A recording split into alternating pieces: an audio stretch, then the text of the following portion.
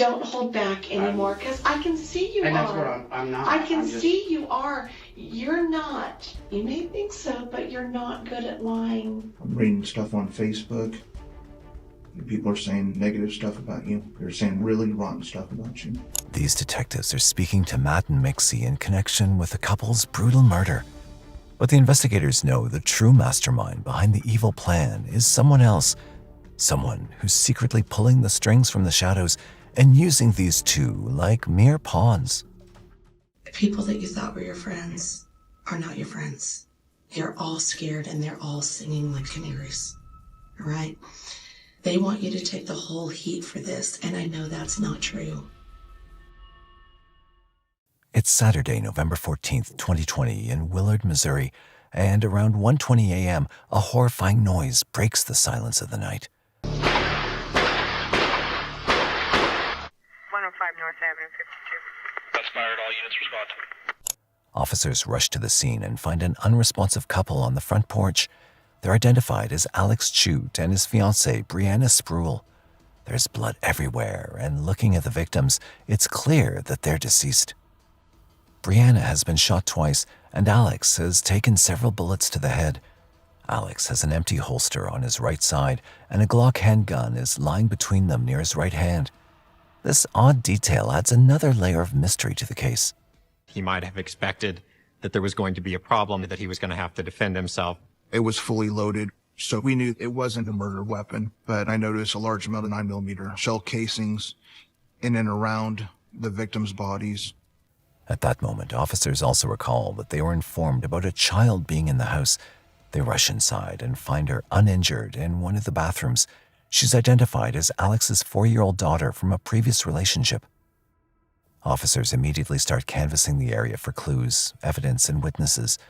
Luckily, a police officer who resides nearby comes forward with his doorbell camera footage that captured the chilling moments. I heard what sounded to be 10 gunshots in a cadence of 5. A small break, and then 5 more gunshots. None of them overlapped. This led me to believe that there was a single shooter. While this helps officers determine the exact time of the shooting, going through the footage of other surveillance cameras in the area, they uncover something even more intriguing. In a few of the security clips, detectives are able to spot a small economy-style vehicle around the same time the murders took place.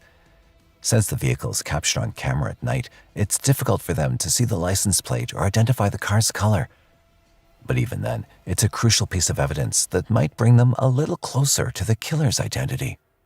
A few hours go by and officers make contact with Teresa Cox, Alex's ex-girlfriend and the mother of his child. So the reason we're here is the police received a report this morning with concerns Alexander's house. Okay. But they did find Alexander and Brianna deceased. I don't have a lot of details right now. So just take a second to process that. That's a lot of information. The detectives note that Teresa's reaction to the chilling news is odd. She doesn't say anything or ask any questions about the crime. She doesn't even ask about her daughter. This silence raises alarms for the detectives, who now press her for any information she might be withholding from them. Do you know anything about any of that? No, I was working all night. And you, just to be clear, what was your shift last night? My shift was 6 p.m. till 1:30-ish. We usually stay and hang out for a little bit before we leave. When I got home, I was exhausted. Right. Didn't take long before I fell asleep. When was the last time you had any contact with Alex? Phone, texting? Sunday, October 18th was the last time I spoke to him, according to my phone. And then have you had any contact with Brianna? I've never even met her. Okay. She didn't seem shocked. She didn't seem worried or concerned. It was suspicious. There isn't even a trace of emotion in Teresa's voice. Based on this conversation, investigators dig deeper into Alex and Teresa's relationship and learn about something even more suspicious, an ongoing custody battle. Alex and Teresa were not on good terms. There were claims regarding mistreatment of their daughter that each was making against the other. And about a month before the murders, Teresa and her new live-in girlfriend, Mixie Bogle, had provided a concerning statement to the police regarding the same. See your agreement there. Yep. Let me show you the part. There's that part. Every Sunday at 8 a.m. he's supposed to bring her to me. I texted him and said, I'm here where we normally do the exchange. And he said CPS is ordering him not to give the child over. Yeah. I plan on also having him prosecuted for violating a court order as well. I don't know what he's trying to accomplish with this. All right, follow me. Okay. This isn't the only thing detectives uncover about Teresa. As they begin closing in on her as a suspect, they stumble upon a trail of questionable activities. The findings suggest that there's more to her story than she's letting on. Teresa Cox had reported a 9mm handgun stolen from her vehicle. This really stuck out to me, as the shell casings at the crime scene were 9mm shell casings. But this is nothing compared to what the officers find on Teresa's phone. And then there was a subpoena that was served on Teresa's phone number. Text messages were discovered between her and Mixie that appeared to be planning the homicide. Mixie was talking about needing to get her head in the right space for what's going to happen tomorrow, which was sent on Thursday when the homicide occurred overnight on Friday. Also, it had previous messages between her and Mixie. Mixie is confronting Teresa and saying, you want me to kill someone. Teresa seems like the mastermind. I think she realized Mixie was willing to do things for her and was able to manipulate Mixie into pulling the trigger and killing Alex and Brianna. At this point, detectives are sure that Teresa and Mixie are involved in the murders. They just need to piece together how the events unfolded on that horrible night. And to do that, detectives get in touch with one of Teresa's co-workers, Matthew Plum, also known as Matt. You probably heard about what happened up in Willard. I've heard a little bit, pretty much. Yeah. So do you work with Teresa? Is that what it is? Yeah, I was her manager. So what happened Friday night then? Were you guys were working together? Yeah, she was there until, what was it, 1:30? Yeah, 1:30, and then went home. What time did you guys close that night? I didn't get out of there until 4 o'clock. Did her girlfriend show up that day or that night, anytime? Not that I remember. Okay. Was there anything different about Teresa that Friday night? No. She was upset because she couldn't see her kid. Clearly, Teresa had been upset about the custody battle. Not being able to see her daughter might have served as a motive behind the gruesome murders. To learn more, officers call in Ariel Sanders, another co-worker of Teresa, for an interview on November 21st, 2020. But she's about to shake up everything they thought they knew. That tree was with him until they all left at 4:10. And the girlfriend got there about 2. So Matt said to the police that Teresa went home after work. And Matt told you Teresa hung out with him all night. And he took her home. I don't know why he would have said opposite things, but tree was there just as late as he was. Her girlfriend didn't get there until a little earlier before they left. Okay, so you're 100% sure that Matt took Teresa and her girlfriend home? Yeah. Ariel and Matt's versions of the story are poles apart. It's clear that someone is lying. And so far, the detectives suspect that Matt is the one keeping secrets from them. 2 days later, on November 23rd, 2020, they call him in for another interview. It's time to confront him about the inconsistencies in his story. You might know that I talked to Ariel Yeah. on Saturday. Some of the things that she told me, you told her, versus what you told the other officers didn't quite match. Did she tell you that? A little bit. The same? A little bit. Okay, and so Friday, what happened? Friday night, Teresa, her car was breaking down. She come in and told me that she had to let it sit because the transmission was overheating or getting hot or something. I didn't really Did you ever listen to somebody say their transmission's hot? Ever in your life, somebody said, my transmission's really hot. it kind of Okay, no, is the answer. it kind of seemed funny to me that I just let it go and went on with my job. What I'm taking is she just didn't want to drive no more because she wasn't getting very good tips or whatever. She just wanted to work inside. What happened? She was doing my dough prep, helping me clean up. Every once in a while, she'd make a couple pizzas. And then around 12:30, 1 o'clock, we got one last delivery, and my closing driver took that one. And Teresa's with you? Until like 1:15, and then she left. So there were no visitors that night, correct? Not that I remember. There was one time her girlfriend came up there, but I didn't see her after that. That's a visitor. That was like around 5 o'clock that afternoon. So between 2 and 4:10 when you checked out, nobody came by. Okay. Not that I remember, because like I said, I was busy doing everything. Sure. What happened then? My nephew had my truck, and I called him to come pick me up when I was able to get off work. My nephew took me home. Apparently, Tree and her girlfriend was at my house. I got there and they were there. They just showed up at your house in the middle of the night. They had walked over or something, I don't know. But she lives 30 minutes away, so how would she show up on foot? That doesn't make sense. I didn't ask. Don't hold back anymore, because I can see you and are. That's what I'm not. I can see you are. You're not. You may think so, but you're not good at lying. By now, the interviewing detectives have started noticing Matt's body language. They can tell when he's lying and trying to dodge a question. Investigators know exactly what to do next to get him to crack. So I took them home, so I could go.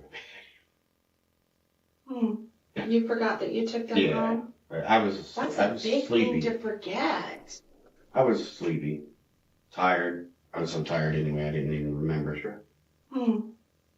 And so how was Teresa and her girlfriend acting? Actually, just like they normally would. I mean, she was upset about her car, but that's it. Yesterday, you and I had a conversation on your porch. Remember what I told you when we were standing there? What did I tell you?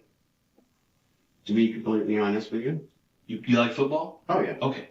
So this is a lot like a football game. And what we're doing, we're the Chiefs. Teresa and Mixie are on a junior high team right now. You need to pick which team you're going to be on, because it's going to get brutal for you. If you don't do what's right. I'm not choosing their team. You had conversations with them that you're not telling us.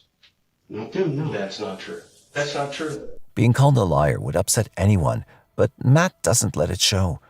However, as the interrogation continues, there is a change in Matt's responses. It seems like he's finally telling them bits and pieces of the truth. Whatever's in your mind right now, you need to tell us. Mixie showed up at work right around 2 o'clock, just after Tree left. She was a little bit nervous about something. She was distraught. I told her to sit down, and I'll see if I can find Tree. How do you know she was looking for Teresa? Because I put 2 and 2 together on that. What did Mixie tell you?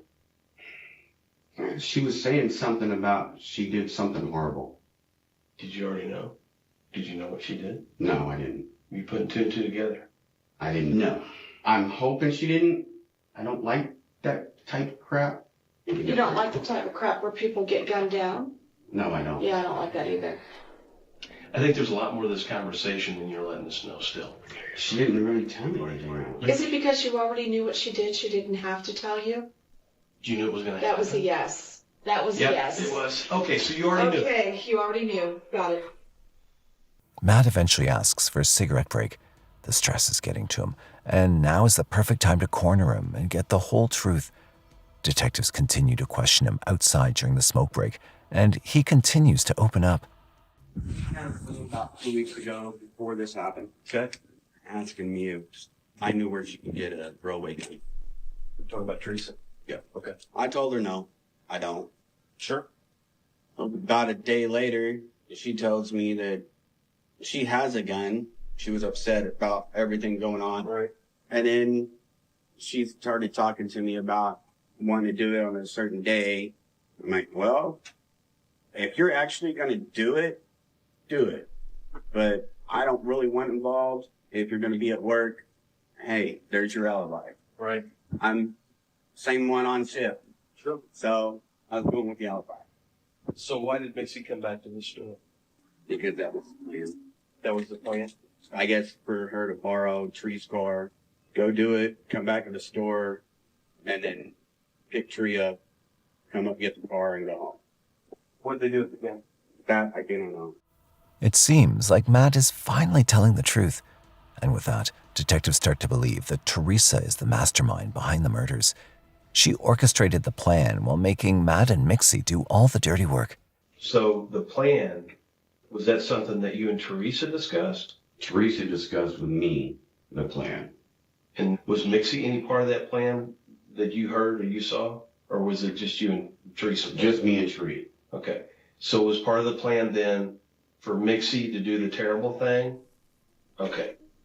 So Teresa clocked in at what time? I think it was 6 when Tree come in and told me her car was messing up. Yeah. Mm-hmm. Her car wasn't messing up. Yeah. Right. We know that. She was doing deliveries. And at like a certain point, then she backed off And she stopped because because Mixie took her car. Mixie didn't come back with the car until like 1:30. Tree went out, got in it. Mixie come in. That's when I was sitting there trying to calm her down, keep her out of the way. I asked her what it was, but And she told you because you knew the plan. I couldn't understand what she was saying because she was so hysterical and stuff. But she did calm down. She calmed down a little bit. She told me that she killed him. She killed him? Or? I guess she killed both of them. And Mixie didn't tell you how they got on the porch? I didn't ask. I didn't even want to know because it was already too much for me. Did they ask you to help? No. I told them no. Now that you're, telling the truth and being honest, omission is a form of deceit too. So if you've not told us stuff that we're going to find out, that would be bad. The GPS is going to show that I went driving around before I went home. Just to clear my mind. Where'd you go? I went to Rutledge Ridge walkways, and I sat out there for a while. What'd you do? I just sat in the truck. What were you thinking about? Why I even agreed to it. There's something more. Go ahead and hit me with it. Thinking of something. What is it? I told Teresa that if you wanted to get rid of a gun, Rutledge Wilson was a good place to go. That's why I drove down there to make sure she wasn't down there. Matt is choosing his words very carefully. It appears that he's trying to paint himself in the most favorable light, but the detectives are done playing games now. Okay, well, here's the thing. If Mixie and Teresa say anything like, hey, look, I gave him the gun to get rid of, that's going to be bad. Dude, if you took that gun, I get it. I understand that. Other people will understand that, but what they won't understand is if you went all this way and then didn't come clean 100%. If you got rid of the gun, please don't hold back. If you did that. Yeah, I did. And you know where it's at now? I'll tell you exactly where it's at. Is it outside? It's in the water. It's in the water. Okay. Well, we can go for a ride. You can show us where you pitched it. You were going to be in some trouble, okay? But dude, I'm telling you right now, honesty helps you. What kind of trouble am I looking at? It depends. You're being helpful now. Right after this, Matt takes the investigators to the location where he disposed of the gun. The Missouri State Highway Patrol dive team arrives quickly and locates it.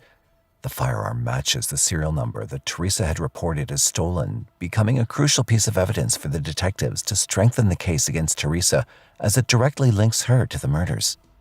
Matt is finally arrested and charged with tampering with evidence. Then officers head to Teresa's residence to arrest her and Mixie. But they are gone. It's clear that the two are on the run. However, inside the house, the detectives find a huge amount of incriminating evidence that squashes any doubts that remain. We obtained a search warrant for Teresa Cox's residence. We located a portable safe in the closet. We found a Smith & Wesson handgun magazine, The casings had S&B 9x1920, the same head stamp found at the crime scene. Also, we received information from Teresa Cox's phone. Her internet search history was showing things like, what's the easiest way to kill people? How do you report a gun stolen? And then you also have things about how to go on the run. She had searches for Alexander Schutz and Brianna Sproul's residence, which showed 41 photos of their house. It seemed that she had been planning the murders for quite some time. After asking around, detectives learned that the two had hitched a ride with a trucker into Joplin and left the state. Within days, investigators are able to trace their phones to a location in San Francisco. They finally track them down, and both are arrested and charged with Alex and Brianna's murders. Teresa refuses to speak with the detectives without her lawyer present. However, Mixie agrees to talk. A lot has gone down in a little bit of time, and everybody is scared, all right? Everybody's pointing at you, Mixie. You're going to have one opportunity to put your side of the story out there. People that you thought were your friends are not your friends. They're all scared and they're all singing like canaries, all right? They want you to take the whole heat for this, and I know that's not true.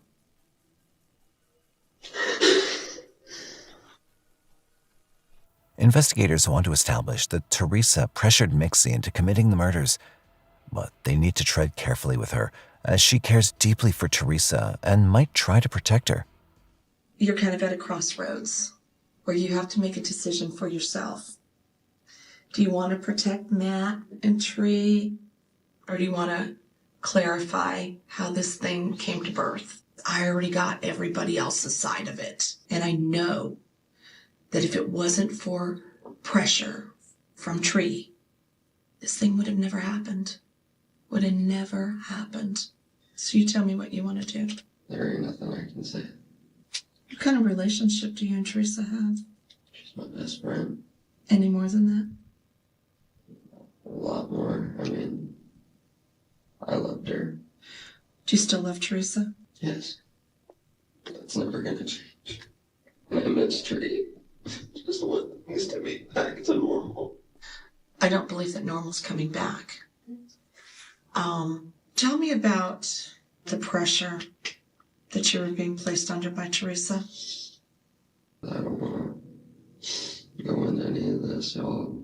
And I'm still confused about a lot of things.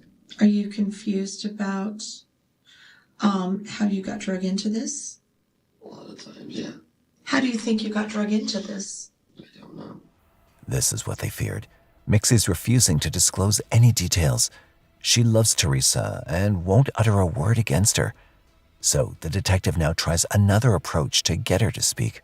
I need as a confirmation that Matt is being truthful in what he's saying, because he's throwing everybody he can under the bus to get himself some kind of sweetheart deal right now.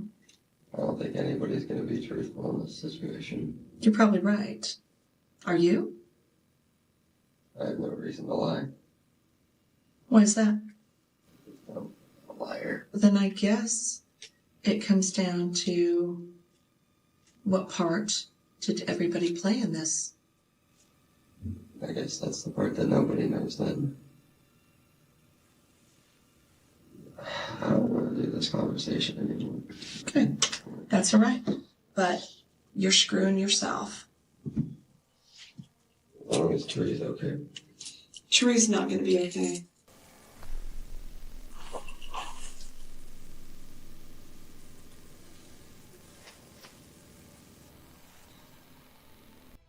Mixie stops the interview when the questions get too hard for her. However, the very next day, she insists on speaking with the detectives once again. I'm reading stuff on Facebook. People are saying negative stuff about you. They're saying really rotten stuff about you. And I don't think they know the whole story, and I don't think it's fair.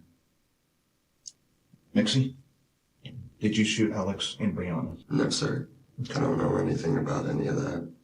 How did you find out that Alex had been killed? The news. What did it make you feel? I didn't know what to feel. With Alex, I had asked Teresa before if I could get to know him, but I never really got the opportunity to. Why not?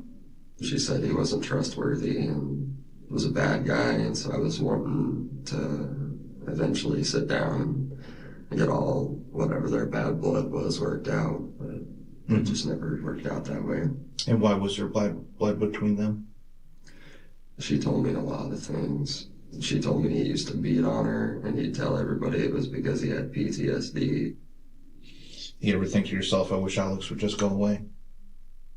No, it was not my place to think things like that. Did Teresa think that? I don't know. I mean, she didn't like him. Why do you think someone would harm Alex? I don't know. Why would someone harm Breonna? I have no clue why someone would hurt her. If you had to name the real true victims in all this, who do you think the real true victims are? I have no clue. I don't know how to answer that question. I'm sorry. Mixie, tell me why you couldn't have done this. It's just not me. It's just not a thing that I'm willing to do. And with that, the second interview ends as well. It's obvious that Mixie's holding back, even though she now knows that Teresa's been pulling the strings and playing her and Matt like puppets throughout this ordeal. She doesn't want to tell the truth. Teresa might have proved herself as a true mastermind, but the investigators aren't done yet. They are not letting her get away with this. Since the interviews with Mixie didn't help much, detectives continue digging to find additional evidence. And finally, something turns up. On the night of the murder, Brianna had recorded a call on her cell phone. The person on the other end of the call turned out to be Mixie.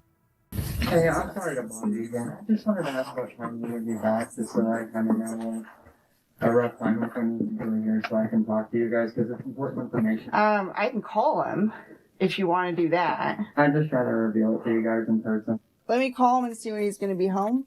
Mixie lured Alex back home. He was originally supposed to work from 4 p.m. until midnight, but he left an hour early. He told one of his coworkers that Brianna was alone and he was worried for her, and that's why he'd had a handgun on him at the crime scene. In August 2022, Matthew Plum pleads guilty to conspiracy to commit a felony and tampering with evidence. He's sentenced to 8 years in prison. I just want to begin by saying I'm sorry to the pain. And I'm sorry to Alex and Brandon.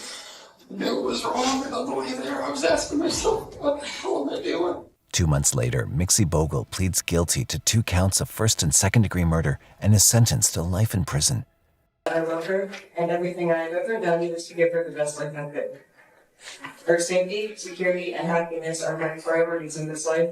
As for the future, I wish to pursue her dreams and have the utmost success. Lastly, I hope she and I will have a relationship no matter where we are both at, if she so desires. Thank you. Teresa Cox pleads guilty to first-degree murder, second-degree murder, and 2 counts of armed criminal action. She's sentenced to life in prison. Teresa doesn't show any remorse while addressing the court.